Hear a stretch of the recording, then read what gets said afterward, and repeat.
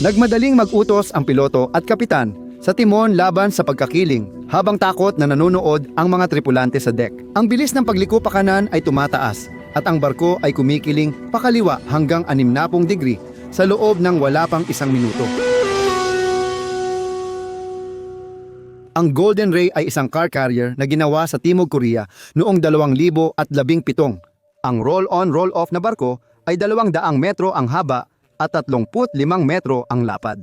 Nakaparehistro at pinapatakbo ito sa ilalim ng watawat ng Republika ng Marshall Islands dahil sa magandang tax environment at mas malawak na kalayaan sa operasyon. Pinapagana ito ng diesel engine, nagbibigay ng 11.5 knots na bilis at kayang magsakay ng 7,400 sasakyan. May 23 tripulante ang namamahala dito. Ang Golden Ray ay may 15 palapag, 12 dito ay imbakan ng sasakyan. Ang tirahan ng crew, mga rampa, pintuan, hagdanan at istasyon ng pagdaong ay nasa natitirang palapag. Noong Agosto 27, 2019 dumaong ang Golden Ray sa Freeport, Texas para magbaba at magload ng kargamento ng sasakyan at palitan ang halos 1/4 tripulante. Kinabukasan, pumalit na sa posisyon ang mga bagong tripulante sa barko. Si Kapitan Ji-Hak Lee ang pumalit bilang bagong kapitan ng Golden Ray kasama ang 8 bagong miyembro ng tripulante. Noong Agosto 30 umalis ang Golden Ray mula Freeport papuntang Brunswick, Georgia. Pagkatapos ay Jacksonville, Florida at Baltimore, Maryland. Pagkaalis sa Freeport, inabisuhan si Kapitan Lee ng may-ari ng lease ng barko, Hyundai Glovis Company Limited, na papunta sa silangang baybayin ng Florida, ang Bagyong Dorian. Para maghanda sa bagyo at patatagin ang barko, inutusan ni Kapitan Lee ang punong opisyal na magdagdag ng karagdagang balast. Naglagay ang punong inhinyero ng 1,000 at 500 toneladang tubig dagat sa mga ballast tank ng barko. Nagantay ang Golden Ray sa labas ng baybayin ng Key West, Florida mula ika-1 hanggang ika-3 ng Setyembre upang makadaan ang bagyo. Noong ika-3 ng Setyembre, inutusan ng leaseholder si Kapitan Lee na magtungo sa Jacksonville imbes na sa Brunswick para magbaba at magsakay ng kargamento. Para makapasok sa pantalan ng Jacksonville, naglabas ang punong opisyal ng 1,500 toneladang balast na tubig alat upang mabawasan ang draft ng Golden Ray sa mas mababa sa 74 na metro. Ang draft ng barko ay ang taas sa ilalim ng waterline. Noong ika-7 ng Setyembre, umalis ang Golden Ray mula Jacksonville papuntang Brunswick. Dumating ang kargamentong barko sa pantalan ng Brunswick ng hapon at sumakay si Jonathan Tennant, isang state pilot mula sa Brunswick Bar Pilots Association, sa Golden Ray para ipasok ito sa pantalan. Noong 17:36 dumaong ang Golden Ray sa berth 1 ng Cornel's Island Terminal sa baybayin ng Brunswick. Sinimula ng mga tauhan at tripulante ng barko ang pagbaba at pagsakay ng sasakyan gamit ang stern ramp. Mayroong 4,100 at 61 na sasakyan sa loob ng Golden Ray. Tinitiyak ng punong opisyal na lahat ng sasakyan ay maayos na nailagay at nasiguro ayon sa preload plan. Pagsapit ng 23:30, natapos ang operasyon ng kargamento at binantayan ng punong opisyal ang paghahanda sa pag-alis ng Golden Ray. Ang barko ay may bahagyang pagkakiling ng 0-42 degrees pakaliwa. Dahil halos puno na ang tangke ng krudo, hindi na siya nagdagdag ng ballast water. Ginamit niya ang kasalukuyang tubig sa ballast tanks para ilipat ang 8 tonelada mula port side papuntang starboard. Kaya nagkaroon ng 0,300 degree na pagkakiling sa starboard. Ang pilot rotation sa pantalan ng Brunswick ay 24 na oras at tinutiyak na ang parehong piloto ang gagabay sa barko papasok at palabas matapos ang kargamento. Pamilyar ang tripulante sa piloto at pamilyar din ang piloto sa barko. Pagkatapos ng hating gabi ng Setyembre, 8 sumakay si JT sa Golden Ray.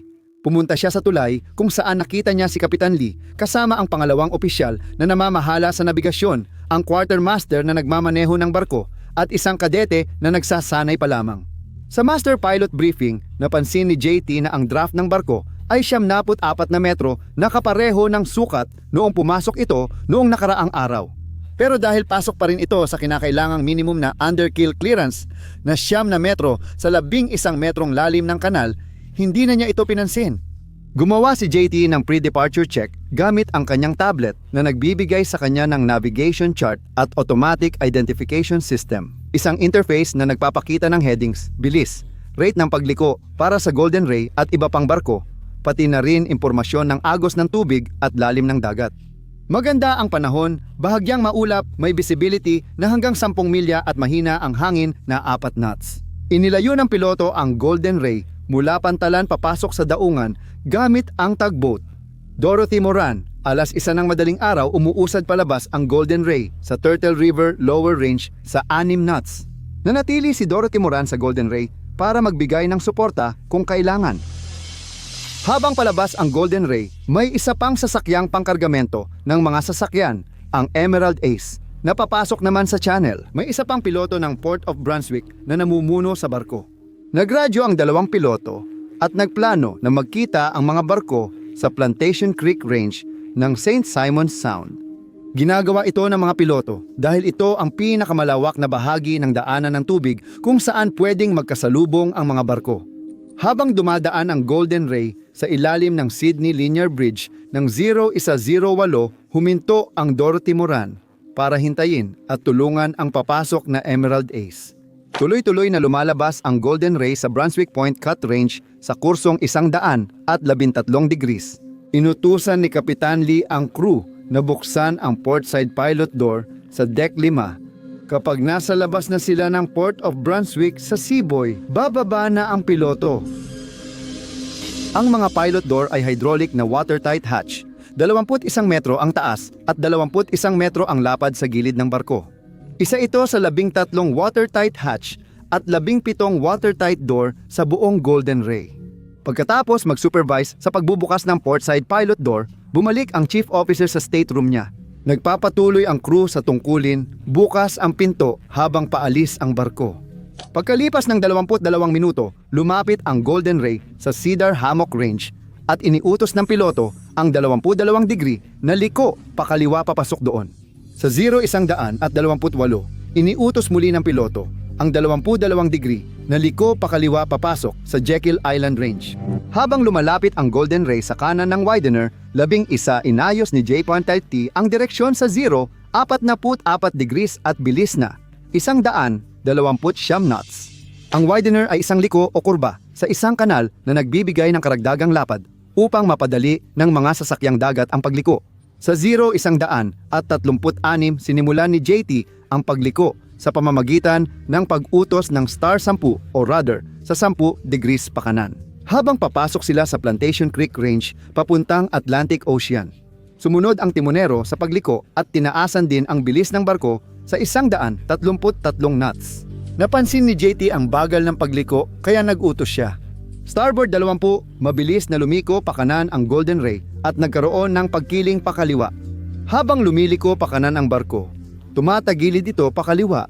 Agad na inutusan ni JT na ibalik ang timon sa gitna o sa sentro para pabagalin o ihinto ang pagliko pakanan. Ibinabalik ng timonero ang manibela. Pero hindi tumutugon ang barko at patuloy pa rin itong lumiliko pakanan. Sa ikinagulat ng lahat sa tulay, naging hindi matatag ang Golden Ray at patuloy na tumagilid ng husto pakaliwa. Sumigaw si JT. Ano ang metacentric height ng bagay na to? Ang metacentric height ay sukatan ng katatagan ng barko laban sa pagtumba kapag ito'y tumatagilid. Ang barkong mas matatag ay mas mabilis bumalik sa sentro ng grabidad nito. Mas matagal bago maitama ng barko ang sarili dahil sa mas mababang halaga. Dahil hindi tumutugon ang barko sa pagbalik sa gitna ng timon, si Kapitan Lee ay nakialam at nag-utos ng Port 10. Galaw sa kabaligtarang direksyon. Hindi pa rin tumutugon ang Golden Ray at patuloy na lumiliko pakanan. At sa halip na itama ang sarili, lalo pa itong tumagilid pakaliwa. Mabilis na nag-utos ang piloto at kapitan sa timonero, Port 20. Pagkalipas ng 30 segundo, hard to port o lubos na liko pakaliwa para ituwid ang pagkakatagilid. Pero hindi tumutugon ang barko at tumataas pa sa 35 degrees ang pagkakatagilid ayon sa indicator ng barko habang patuloy itong lumiliko pakanan. Ang bukas na pilot door sa port side ng Deck 5 ay lumubog na sa ilalim ng waterline stories at pumapasok ang tubig sa Deck 5 malayang dumadaloy sa mababang bahagi ng barko. Nagbigay ng utos ang piloto na gamitin ang bow thruster ng barko at paatrasin ang makina upang subukang pigilan ang patuloy na pagtumba ng barko. Dahil sa sobrang pagkakiling, natapon sa bintana ng port bridge ang lahat ng hindi nakakabit sa tulay. Nakatilt ng 45 degrees ang Golden Ray. Namatay ang pangunahing sistema at generator, kaya tumunog ang mga alarma sa barko. 1:40 ng madaling araw huminto ang Golden Ray. Nakahiga sa kaliwang bahagi nito sa 60 degree na pagkakiling sa labas ng channel. Timog silangan ng Boy 11. Umandar ang emergency diesel generator pero namatay agad ito sa loob ng 1 minuto. Kaya naiwan ang barko sa dilim na walang kuryente at tanging mga ilaw ng alarma ang makikita. Dahan-dahang napupuno ng tubig ang bridge wing ng barko. Patuloy na pumapasok ang tubig sa bukas na pilot door sa kaliwang bahagi dahilan ng pagbaha. Deck 5 lumulubog na ang Golden Ray sa loob ng engine room compartment. Ang una at pangalawang inhinyero ay nasa control room sa Deck 4. Ang ikatlong inhinyero at ang kadete na inhinyero ay nasa engine room sa mas mababang deck. Habang ang Golden Ray ay bumabagsak sa kaliwang bahagi nito, sinubukan ng dalawang inhinyero sa mas mababang deck na makarating sa ika-4 na deck upang maabot ang emergency exit. Ang una at pangalawang inhinyero na nasa engine control room ay nagtungo rin sa emergency exit. Habang umaakyat sila sa mid-port side na hagdanan, biglang rumagasa ang tubig mula sa bukas na pilot door sa deck 5 papunta sa kanila. Umakyat ang mga inhinyero sa starboard side para makaiwas sa pagbaha sa port side compartments. Sa tulay, sinubukan ni Kapitan Lee na mag-anunsyo, ngunit naputol siya nang mawalan ng emergency power. Lumusong sa dilim ang tulay at hindi niya makontak ang kanyang mga tauhan. Nahulog ang handheld radio niya sa sahig sa ibaba ng bintana ng tulay sa kaliwa. Tinawag niya ang mga tauhan niya, pero walang sumagot o gumalaw. Nakulong sa dilim, natigilan sa takot na baka lumubog pa ang barko sa kanal. Ang quartermaster ay nasa timon, habang ang ikalawang opisyal ay nasa radar, hawak ang mga rehas. Sumigaw si JT habang mahigpit ang kapit niya sa gyro at matatag ang paa sa deck. Tulad ng iba sa tulay, hindi siya pwedeng bumitaw dahil madudulas siya sa binabahang bridge wing. Hindi niya maabot ang radyo ng barko o mapatunog ang alarma, pero may handheld radio siya sa bulsa. Tinawagan niya ang piloto ng Emerald Ace para magtaas ng alarma. Pinakontak siya ni JT sa Moran tugboat na nag-aabang sa Sydney Linear Bridge. Alam ni JT na kung dumulas pa ang Golden Ray papunta sa mas malalim na bahagi ng kanal, lahat sila ay malulunod.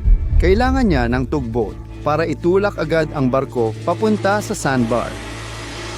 Noong 0154 tinawagan ng piloto ng Emerald Ace ang mga tugboat at Siam na isang-isang emergency services para i-report ang insidente. Nagpadala ang Siam na isang-isang ng 14 metrong response boat at helicopter mula Coast Guard Station sa Brunswick. Dumating ang unang rumesponde mula sa Georgia Department of Natural Resources, Glenn County, at mga bangka ng CETO lokal na salvage contractor. Tinawagan ni JT ang United States Coast Guard sa Charleston sa radyo. Humingi ng tulong ang piloto, inilarawan ang sitwasyon, lokasyon at na ang sasakyang dagat nila ay malaking carrier. Ipinadala ni JT ang mahalagang impormasyong nakuha mula kay Kapitan Lee at crew, 24 ang sakay kasama ang piloto. Walang nasawi, 2 ang malubhang na sugatan at 4 ang natrap sa engine room. Maya-maya, dumating ang mga pilot boat mula Pantalan at 2 tugboat ng Moran Towing. Nagbigay ng mga tagubilin si JT sa kanila sa pamamagitan ng radyo na itulak ang Golden Ray papunta sa Pampang upang maiwasan itong dumulas papunta sa channel at lumubog sa mas malalim na tubig. Inutusan niya silang itulak ang bahagi ng transom o hulihan ng barko at hindi ang kanang bahagi o ang keel dahil maaari nitong itumba ang barko. Nag-aalangan ang mga kapitan ng tugboat. Kailangan nilang kumuha ng pahintulot mula sa Coast Guard para makialam sa ganitong paraan sa panahon ng emerhensya. Sumigaw si JT sa radyo, "Ang barkong ito ay nasa panganib at ikaw ay isang kapitan ng tugboat. Kailangan mong tumulong. Itulak mo ako sa sandbar." Pero tumanggi ang 2 kapitan dahil sa posibleng legal na implikasyon. Kaya direktang tinawagan ni JT ang Coast Guard. Hinihiling na bigyan agad ng pahintulot ang mga kapitan ng tugboat. Pinayagan ng Coast Guard ang mga tugboat na itulak ang Golden Ray papunta sa sandbar. Habang sinusuri at iniuulat ng pilot boat ang progreso kay JT, patuloy namang itinutulak ng mga tugboat ang Golden Ray hanggang matibay itong nakapatong sa sandbar. Hindi komportable ang mga inhinyero sa madilim na makina dahil sa matinding init. Sa taas na kanan ng barko, doon sila naghihintay ng sagip. Ang mainit na hangin mula sa makina ay umaakyat sa itaas ng silid at kumakalat ang init sa buong kanang bahagi ng barko. Magkahiwalay ang dalawang grupo ng inhinyero dahil sa blast-proof na salamin, pero may pintuang nag-uugnay sa gitna ng mga silid. Umabot na ang tubig sa pintuan pero di pa natatakpan. Gamit ang kanilang mga flashlight, pumunta sila sa gitna at sumisid sa tubig na may langis para palamigin ang kanilang mga sarili. Nagkita muli ang ikalawang inhinyero, ikatlong inhinyero at ang kadete sa gitna at silang tatlo ay nasa tubig. Nagpasya ang unang inhinyero na manatili kung nasaan siya. Habang tumataas ang tubig, lumubog ang daanan sa pagitan ng mga kompartamento kaya nahiwalay ang unang inhinyero sa tatlo niyang kasamahan. Bandang 0205, dumating ang mga rumesponde. Sa loob ng isang oras, 11 tripulante kasama ang kapitan at piloto ay ibinaba gamit ang hose ng bumbero bilang pansamantalang lubid mula bridge wing ng Golden Ray pababa sa bangka ng Coast Guard na rumesponde. 5 tripulante ang nailigtas ng ibang sasakyang dagat at 2 naman ang sinagip ng Coast Guard helicopter mula sa barko.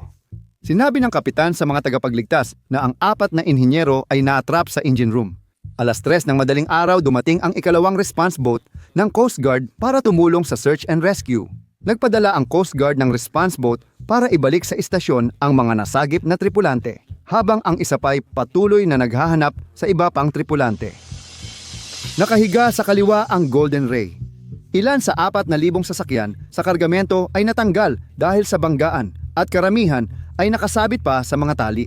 Ang mga sasakyang bumibiyahe ay may hanggang 25% na gasolina sa tangke, ngunit ngayon ay may tumatagas na gasolina mula sa mga nasira. 4:30 ng umaga, makapal na usok at apoy ang lumabas sa kanang bahagi ng Golden Ray, kaya bumagal ang paghahanap sa mga inhinyero. Puno ng mga nasusunog na materyales ang cargo hold, gulong, plastik ng sasakyan at gasolina na nagpapalakas sa apoy. Naipit ang punong inhinyero sa isang kabina sa ilalim ng port bridge wing. Lumapit siya sa bintana at nakita ang isang Coast Guard na bangka na rumesponde. Pinagdugtong niya ang extension cord ng vacuum cleaner at refrigerator at inihagis ito bilang pansamantalang lubid sa bangka ng Coast Guard. Itinali ng rumesponde ang lubid sa dulo ng extension cord at hinila ito pataas ng punong inhinyero. Itinali niya ito at bumaba siya papunta sa bangka. Pagsapit ng 0645, 20 tao sa barko ang nailigtas at dinala sa Coast Guard Station sa Brunswick, kung saan sila ay inalagaan ng Emergency Medical Services at dinala sa lokal na ospital. Ipinaliwanag ng punong inhinyero sa mga tagapagligtas kung nasaan ang 4 na nawawalang inhinyero at ang silid ng makina. Dahil sa sunog, hindi makapasok ang mga tagapagligtas sa loob ng barko. Patuloy na pumapasok ang tubig sa barko. Noong 09:30 gumalaw ang barko at tumagilid ng 90 degrees. Narinig ng mga unang rumesponde ang malalakas na kalabog sa loob ng Golden Ray habang napuputol ang mga tali ng sasakyan. Noong 1816 na oras matapos ang aksidente, narinig ng mga unang rumesponde ang katok sa barko. Kinabukasan, 9 ng Setyembre kusa nang namatay ang apoy. Nagplano ang Coast Guard at iba pang unit ng pagsagip para iligtas ang mga inhinyero. Aabuti ng 14 na oras bago dumating ang cold cutting na kagamitan. Tag-init na at umaabot sa 34 deg C ang init tuwing araw. 1:00 ng hapon nag-drill ang mga rumesponde ng 6 cm na butas sa hull para makontak ang mga natrap na inhinyero. Mainit na hangin ang lumabas sa barko na inihalin tulad ng mga tagapagligtas sa pagbukas ng oven. Kinuha nila ang temperatura sa loob ng hull, 68 degrees Celsius. Nang mapansin ang panganib ng temperatura, nagpasya ang mga tagapagligtas na huwag nang maghintay ng cold cutting na gamit. Pero hindi sila pwedeng gumamit ng torch dahil maaaring magliyab ang mga usok mula sa gasolina sa loob ng barko. Gumamit sila ng drill para gawin ang mahigit 40 magkakatabing butas at makagupit ng hatch sa barko. Pagsapit ng 3:00 ng hapon, nakabutas na ang mga tagapagligtas sa barko na kasya ang hagdan. 2 sa mga inhinyero ang nakalabas mag-isa. Pero ang isa ay kinailangang buhatin dahil mahina na siya. Pumunta ang mga tagapagligtas sa control room kung saan natrap ang unang inhinyero sa blast-proof na lugar na salamin. Gamit ang handheld cutter na may diamond tip, maingat na ginuhitan ng mga tagapagligtas ang blast-proof na salamin hanggang sa mabutas ito. Noong 1751 lumabas ang huling crew mula sa Golden Ray. Lahat ng engineering crew maliban sa isa ay maayos ang kalagayan. Isang pangalawang sunog ang naiulat noong 1800 sa mga deck ng sasakyan, ngunit kusa ring namatay ang apoy ng gabing iyon. Ang Golden Ray ay idineklarang total loss matapos mapinsala ng sunog, baha at kaagnasan mula sa alat ng dagat na tinatayang aabot sa dolyar, 625 milyon. Ang pagkawala ng kargamentong sasakyan ay tinatayang nagkakahalaga ng dolyar, 142 milyon. Nalaman ng National Transportation Safety Board na ang aksidente ng Golden Ray ay dahil sa maling ballast value na inilagay ng punong opisyal sa Stability Calculation Program.